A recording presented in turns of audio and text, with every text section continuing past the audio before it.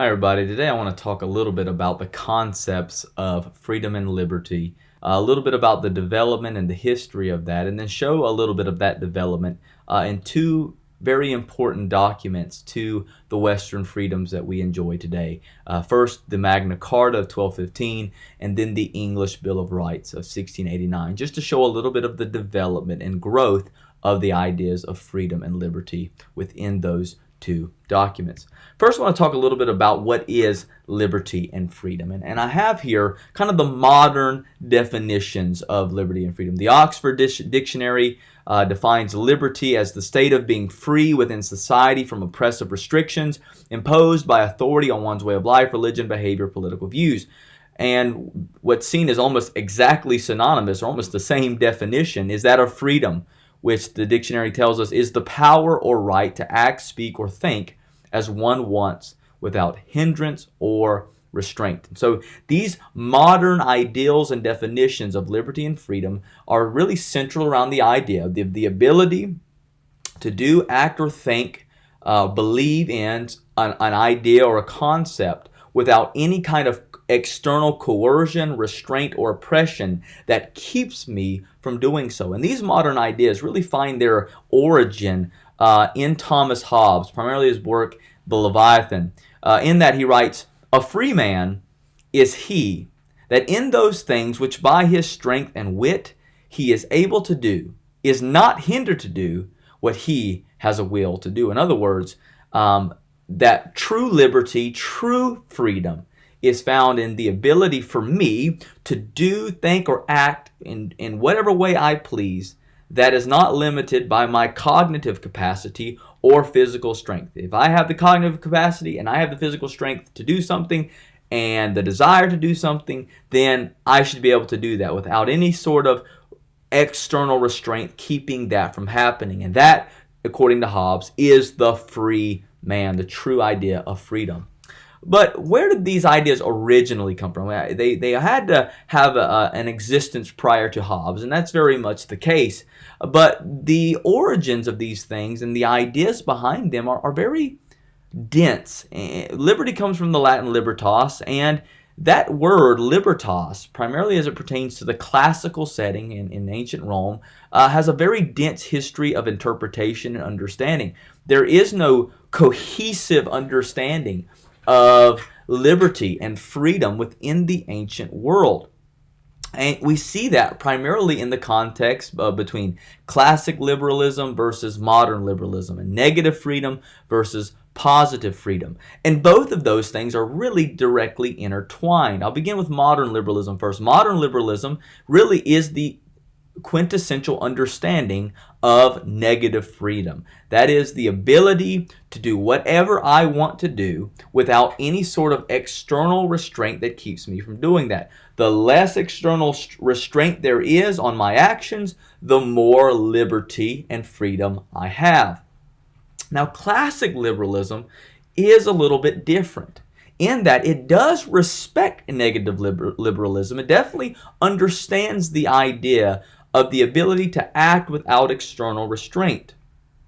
But true liberty is found and coupled with an idea of positive freedom in the classical world. That is to say that classical liberalism, classical liberty, does not merely see freedom as hampered by external restraint, but also internal restraint.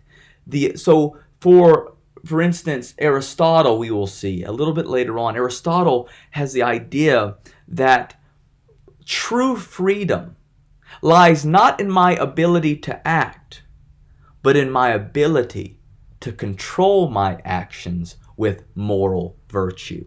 So that really is the distinction between the two. One sees it as totally negative freedom, the ability to act without external restraint. Classical liberty and these understandings are the ability to act without restraint, but also underneath the overarching umbrella of moral virtue. So to whom do these principles belong? Did it belong to kings, aristocrats, property owners, or to everyone? Was liberty and freedom, is that a right that is inalienable to everyone? Or is it merely the product of kings, those in power, those who own property. For instance, when we look to the classical period and we look at Cicero, the idea of this total egalitarian concept of liberty where everyone would have freedom and rights, it was just absurd to him. Not only was it absurd, but it undermined republican virtues, as it would have tore apart society, Cicero believed. He writes in De Republica, "Under such conditions," talking about democracy, "even the slaves come to behave with unseemly freedom.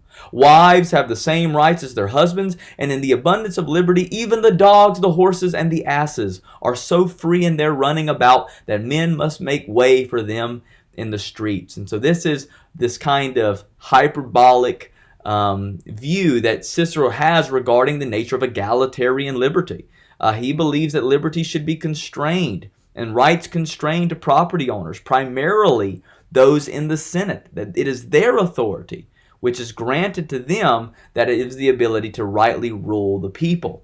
But that beyond that, liberty should not extend much further, lest chaos ensue and society crumble.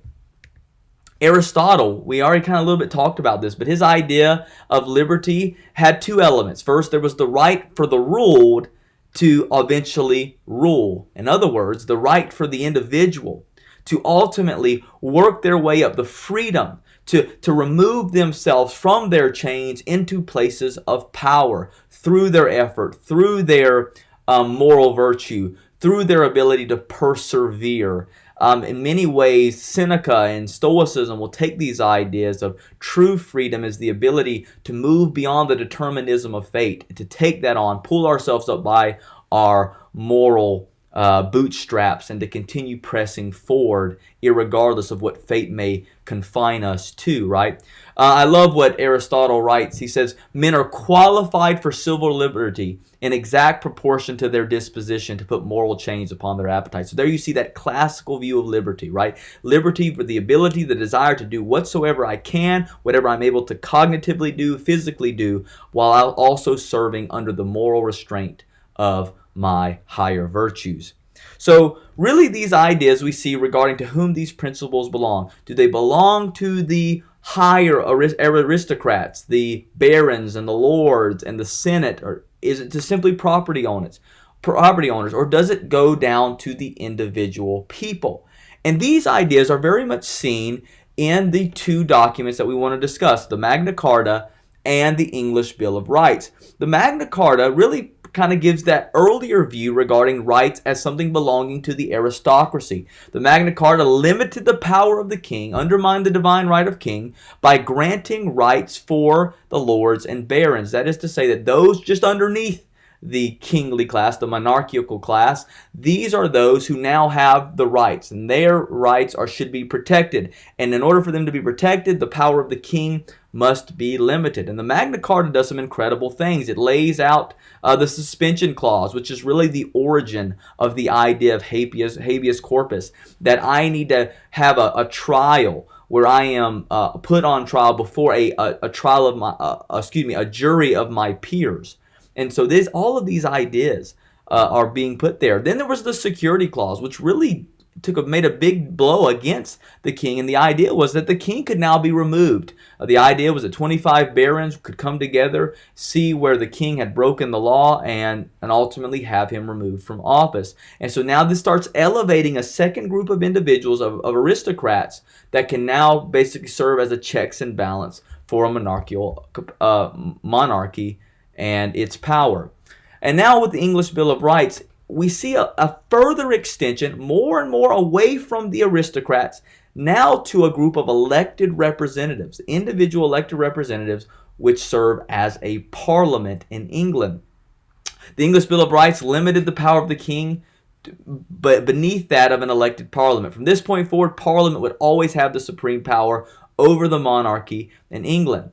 It gave taxing authority to the parliament, freedom to petition the monarch without retribution. It said that no standing army could be formed in times of peace without parliament's permission. The freedom of the people, the right to bear arms, basically, right? We still are dealing with some concepts of that. Independence of the election of parliament.